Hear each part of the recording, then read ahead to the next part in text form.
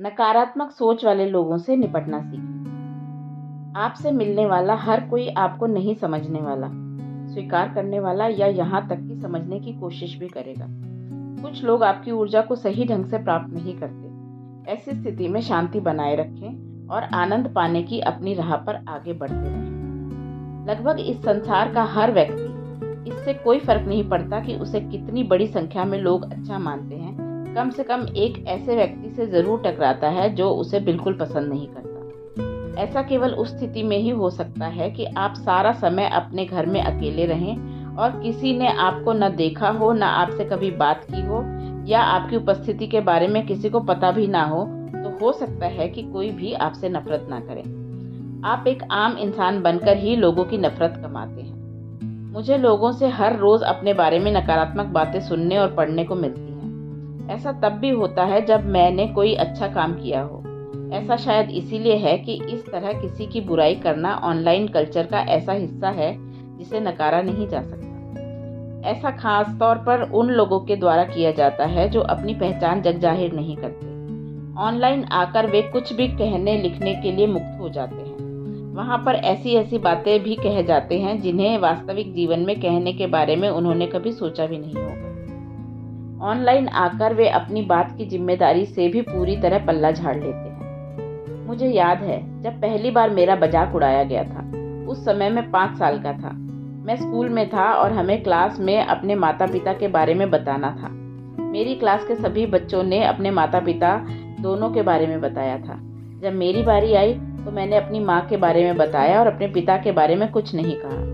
मेरी बातें सुनकर और बच्चों ने मुझसे सवाल करना शुरू कर दिया। उन्होंने मुझसे मेरे पिता के बारे में जानना चाहा। मुझे नहीं पता था कि मुझे क्या कहना है। इसे मेरा सौभाग्य ही कहेंगे कि मेरे शिक्षक ने हालात को समझा। सच कहूँ तो उस उम्र तक मुझे पता भी नहीं था कि हर बच्चे के माता पिता दोनों होते हैं। मैंने अपने आसपास हमेशा अपनी माँ को ही देखा था और मेरे मन में कभी सवाल भी नहीं आया कि अपने पिता के बारे में माँ से पूछूं। उस दिन ब्रेक के समय मेरी क्लास के कुछ बच्चे मेरा मजाक उड़ाने लगे। वे इस तरह की बातें करने लगे कि इसके पास पापा तक नहीं है, शायद इसके पिता मर चुके हैं, इसकी माँ ही इसकी पिता है। मैं इन बातों से और भी ज़्यादा घायल महसूस करने लगा और मेरा व्यवहार आक्रामक हो गया। मैं बहुत बड़ी मुसीबत में फंस गया क्योंकि मैंने अपने शिक्षक को यह भी नहीं बताया था कि मैंने जो किया वह क्यों किया। अगर मैं स्कूल नहीं गया होता तो मेरे साथ जो हुआ वह नहीं होता। वास्तव में जब हम बहुत छोटे होते हैं तो आमतौर पर हमारी समझ और माफ़ करने की क्षमता बहुत थोड़ी होती है, जिस कारण हम दूसरे लोगों से नफरत करने लगते हैं। अगर दूसरे लोग वैसे नहीं होते जैसे हम होते हैं तो ऐसा अक्सर होता है कि हम उन्हें अपने बीच में फिट नहीं मानते और उनका मजाक उड़ाने लगते हैं।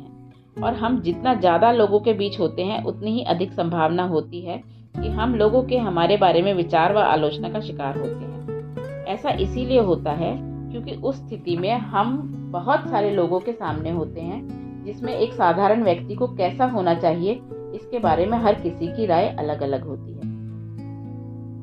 जरा प्रसिद्ध लोगों के बारे में सोचें। वे लोग भी हमारी तरह इंसान ही होते हैं, लेकिन चूंकि उनकी पहुंच बहुत सारे लोगों तक होती है, उनको जितने बड़े स्तर पर प्रशंसा मिलती है उतने ही बड़े स्तर पर आलोचना का भी सामना करना पड़ता है। हम दूसरों के प्रति दयाभाव रखने के बारे में बात करते हैं, लेकिन उसमें प्रसिद्ध लोगों को कभी शामिल नहीं करते, जैसे वे हमारी तरह इंसान नहीं हैं। अफसोस की बात है कि हर किसी के अपने सुविचार होते हैं, लेकिन वे व्यवहारिक तौर पर अपनी ही बातों पर अमल करने में कामयाब नहीं हो पाते।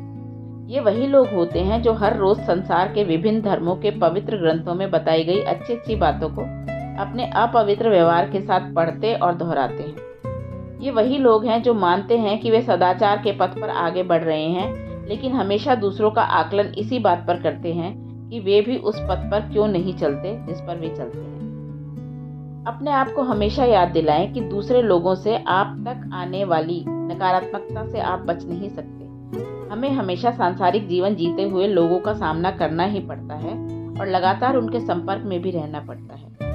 हम ऐसे लोगों का सामना करने के लिए अक्सर बाध्य हो जाते हैं जिनकी ऊर्जा नकारात्मक होती है और जो हमारे प्रति दयाभाव नहीं रखते। ऐसे लोगों से दूरी बनाने की कोशिश करना उस समय बहुत बड़ा काम लगने लगता है जब आप चाहकर भी उन लोगों से नजरें नहीं चुरा सकते। यहाँ पर मैं आपको कुछ बहुत ज़रूरी बातें बता रहा हूँ जिन्हें आप उस समय खुद को बार बार याद करवाकर शांत रख सकते हैं जब लोग आपके बारे में नकारात्मकता से भरी बातें कर रहे हों। आपको खुद ही एहसास होने लगेगा कि खुद की रक्षा करने का सबसे अच्छा रास्ता आपकी शांति और आनंद से होकर गुजरता है। मेरी अनुमति के बिना कोई मेरा दिल नहीं दुखा सकता। महात्मा गांधी। विपत्तियों को साथी पसंद होते हैं।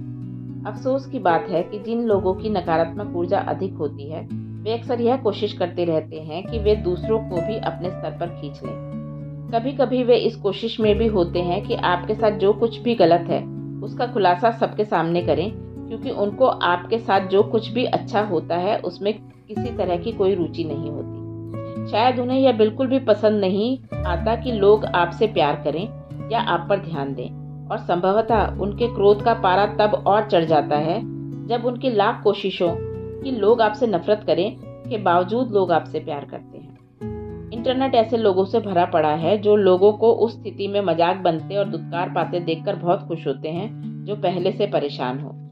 उनको नकारात्मक बातों को स्वीकारने की बहुत जल्दी होती है और वे असफलता का जश्न मनाने के लिए सदैव उतावले रहते हैं। वे लोग जिनसे कोई गलती हो गई है या फिर उनका बुरा समय चल रहा है बहुत जल्दी लोगों के बीच चर्चा का विषय बन जाते हैं, क्योंकि हम स्वीकार करें या ना करें दूसरों की असफलता पर बात करने का चलन हमारे समाज में हमेशा प्रचलन में रहता है। लोग विकास के अवरोधक होते हैं। जब आप अपनी आवाज ऊंची कर रहे होते हैं तो कोई ना कोई आपकी आवाज को धीमा करने का प्रयास जरूर करता है। जब आप अपनी चमक दुनिया में फैला रहे होते हैं तो कोई उसे मध्यम करने की कोशिश जरूर करता है। यह बिल्कुल सरल सी बात है। अगर आप लोगों से अलग नहीं होते तो उनके पास आपसे नफरत करने की कोई वजह नहीं होती। नफरत करने वाले ये लोग अक्सर वो लोग होते हैं जो आपके अंदर के बेहतर बनने के लिए मौजूद आत्मविश्वास से खुद डरे हुए, जलन के मारे या दुखी होते हैं। हो सकता है कि वे ऐसा महसूस करते हो कि आपकी सफलता उनकी सफलता का अवरोधक बन जाएगी, या फिर वे आपकी नज़र में उनका जो स्थान है उसे खो देंगे। हो सकता है कि उनको यह विचार ही पसंद ना आए कि हमारा आत्मविश्वास हमें जीवन में बहुत ऊंचे मुकाम पर पहुंचा देगा, जबकि वे खुद उस मुकाम पर पहुंचने की लालसा पाले बैठे हैं। हो सकता है कि वे इस बात से दुखी हो जाएं कि हमारी मान्यताएं असीमित हैं, जबकि उनका दिमाग एक सीमित दायरे में ही रहकर सोचता है, क्योंकि वे किसी भी तरह का बदलाव करने में खुद को शक्तिहीन पाते हैं। वे हमारी इच्छा शक्ति और चाहत को चोट पहुंचाना चाहते हैं, जिससे कि उनका अहम खुद को धूमिल होता हुआ ना महसूस करे। हमें नीचा दिखाकर वे मानते हैं कि वे खुद छोटा महसूस नहीं करेंगे। इस दुनिया में ऐसी सोच वाले लोग होते हैं और वे आपको अपने बेहतर बनने के पथ पर आगे बढ़ते हुए अवश्य मिलेंगे।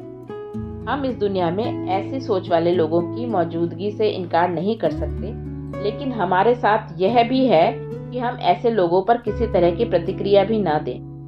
ठीक वही प्रतिक्रिया जो वे हमें नीचा दिखाने और अपने अहम की रक्षा के लिए निकलवाना चाहते हैं। दिल जले लोग ही दूसरों को दुख पहुंचाते हैं। इंसान बाहरी दुनिया के साथ जिस तरह का व्यवहार करता है वह उसके आंतरिक मन में क्या चल रहा है उसका चित्र प्रस्तुत कर देता है।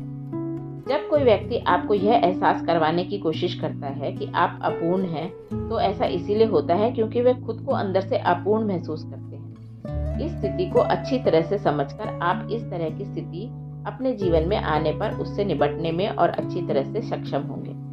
उदाहरण के लिए, उदासी लोगों को दूसरों के साथ कड़वा व्यवहार करने तथा अप्रेमपूर्ण व्यवहार करने के लिए बाध्य करती है, और हमारे मन के अंदर की पीड़ा हमें नकारात्मक ऊर्जा में जकड़ देती है। यह एक ऐसे नकाब का कारण बन जाता है जो दर्द का होता है, कारण कि लोग अक्सर हमेशा अच्छे मूड में नहीं होते, क्योंकि उनको किसी ऐसे व्यक्ति द्वारा कष्ट दिया गया होता है जो खुद अच्छे मूड में नहीं होते। फिर वे लोग जिन्हें दर्द मिला है दूसरे लोगों को भी दर्द देने लगते हैं, और यह क्रम इसी तरह आगे बढ़ता रहता है। लेकिन अपना दर्द दूसरों पर थोपकर अपने दर्द का निवारण करना काम नहीं करता। भारतीय आध्यात्मिक गुरु ओशो ने एक बार इसकी तुलना दीवार पर सिर मारने जैसे की थी। उनका विचार था कि अपने दर्द से छुटकारा पाने के लिए दूसरों को दर्द देना ठीक वैसा है जैसे कोई गुस्से में हो और दीवार पर अपना गुस्सा निकाले तथा उसे नुकसान पहुंचाने की कोशिश करे। उन्हें दीवार को परिभाषित नहीं किया और इससे दीवार को कोई परेशानी नहीं होगी, उन्हीं को होगी। आखिरकार इससे वे अपने आप को और भी नुकसान पहुंचाएंगे और दीवार भी खुद को कोई नुकसान नहीं पहुंचा सकती। दूसरों में फर्क को नापसंद करना। लोगों की यह स्वाभाविक प्रवृत्ति होती है कि वे उन लोगों की तरफ खिंचाव महसूस करते हैं जो किसी भी तरह से उन जैसे होते हैं। इसे एक न्यूरो लिंग्विस्टिक प्रोग्रामिंग NLP तकनीक, जिसे मिररिंग कहते हैं, के द्वारा प्रदर्शित किया गया है, जो दिखाती है कि किसी व्यक्ति के व्यवहार की नकल करना उन्हें आपको पसंद करने के लिए प्रेरित करता है। इसीलिए यदि आप आमतौर पर जोशीले, चुलबुले और जिंदादिली से भरपूर व्यक्ति हैं और आपका सामना आप जैसे ही किसी व्यक्ति से होता है, तो शायद आपको वह अच्छा लगे। और अगर उसके बोलने का ढंग, हाव भाव और लहजा आपके जैसा ही है, तो आप शायद सोचें, जानते हो, ऐसा कुछ तो है जो मुझे इस इंसान में बहुत पसंद आया। ऐसा इसीलिए होता है क्योंकि वह आपके जैसा होता है। हम यह भी मान सकते हैं कि इसका उल्टा भी सही हो सकता है। लोगों में उन लोगों के साथ अपनापन महसूस करने का स्वाभाविक प्रवृत्ति नहीं होती जो उनसे अलग होते हैं। और जो व्यक्ति आपसे अलग हैं, हो सकता है कि वह ऐसा सोचें कि आप थोड़े अजीब या उससे अलग हैं। आखिरकार आप उसकी समझ से परे हो जाते हैं, या वह आपको समझने की कोशिश भी नहीं करना चाहता, क्योंकि आपकी ऊर्जा का स्तर उसके स्तर से मेल नहीं खाता। जैसी करनी वैसी भरनी। आपने शायद यह सुना हो कि जैसा कर्म करोगे वैसा फल मिलेगा। हो सकता है कि आप में से कुछ लोगों ने इसके बारे में ना सुना हो, क्योंकि यह एक आध्यात्मिक अवधारणा है जिसका अवतरण बौद्ध एवं हिंदू धर्म तथा अन्यों में हुआ है, जिसमें पुनर्जन्म की बात कही गई है। मान्यता यह है कि आपके इस जन्म के कर्मों का प्रतिफल आपको अपने अगले जन्म चक्र में प्राप्त होता है। आप जितने अच्छे कर्म इस जन्म में करेंगे, आपका अगला जीवन उतना ही अच्छा होगा। पुनर्जन्म में आपका विश्वास हो या ना हो, हम में से अधिकतर लोग इस कहावत को स्वीकार करते हैं कि जैसा बोओगे वैसा काटोगे। विज्ञान की बात करें तो हम इसे कारण और प्रभाव के तौर पर समझ सकते हैं, या इसका संबंध न्यूटन के तीसरे सिद्धांत, हर क्रिया की उसी के समान और उल्टी प्रतिक्रिया होती है। यदि आप ज्यादातर धार्मिक ग्रंथों में लिखी बातों को देखें, तो आप जो संदर्भ पाएंगे वह इस विचार से संबंधित होगा कि जो कुछ जाता है वही लौट कर आता है। लेकिन जब लोग हमारे साथ अच्छा व्यवहार नहीं करते, तो हम अपने आप को यह विश्वास नहीं दिला पाते कि उनका कर्म लौटकर उनके पास जाएगा, और हम अपने जीवन में आगे बढ़ जाते हैं। इसके बजाय हम अपनी भावनाओं में बह जाते हैं, जबकि वहाँ पर हमारा तार्किक मन कहीं पीछे छिपकर बैठ जाता है। उदाहरण के लिए, अगर कोई आपसे यह कहता है कि आप बहुत आक्रामक हैं, जबकि आपको साफ तौर पर पता है कि आप नहीं हैं, तो हो सकता है कि आप अपमानित महसूस करें। अगर वे ऐसा लगातार कहते रहते हैं, तो हो सकता है कि उनके प्रति आपके मन में क्रोध का भाव जागृत होने लगे। एक दिन हो सकता है कि आप इन आरोपों से तंग आ जाएं और हिंसात्मक व्यवहार कर बैठें।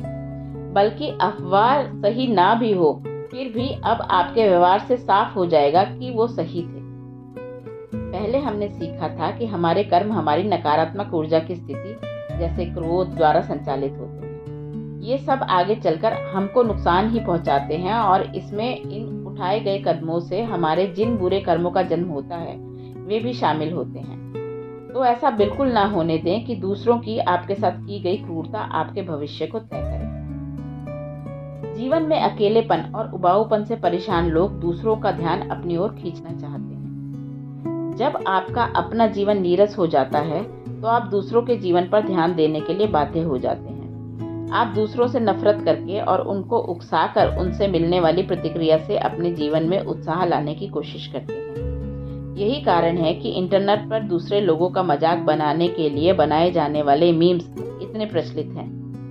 लोग चाहते हैं कि उनके द्वारा दूसरों का मजाक बनाने के लिए की गई कोशिशों पर दूसरे लोग हंसें। वे ऐसा बस दूसरों से लाइक, शेयर और कमेंट, यानी तत्काल मिलने वाली खुशी के लिए करते हैं। ऐसा करके उन्हें कुछ क्षणों के लिए खुशी मिलती है, जैसे वो कई बहुत बड़े काम कर रहे हों, जो मेरी पहली बात को साबित करता है। लोग आपके बारे में जो कहते हैं, वह आपसे ज्यादा उसके बारे में बताता है।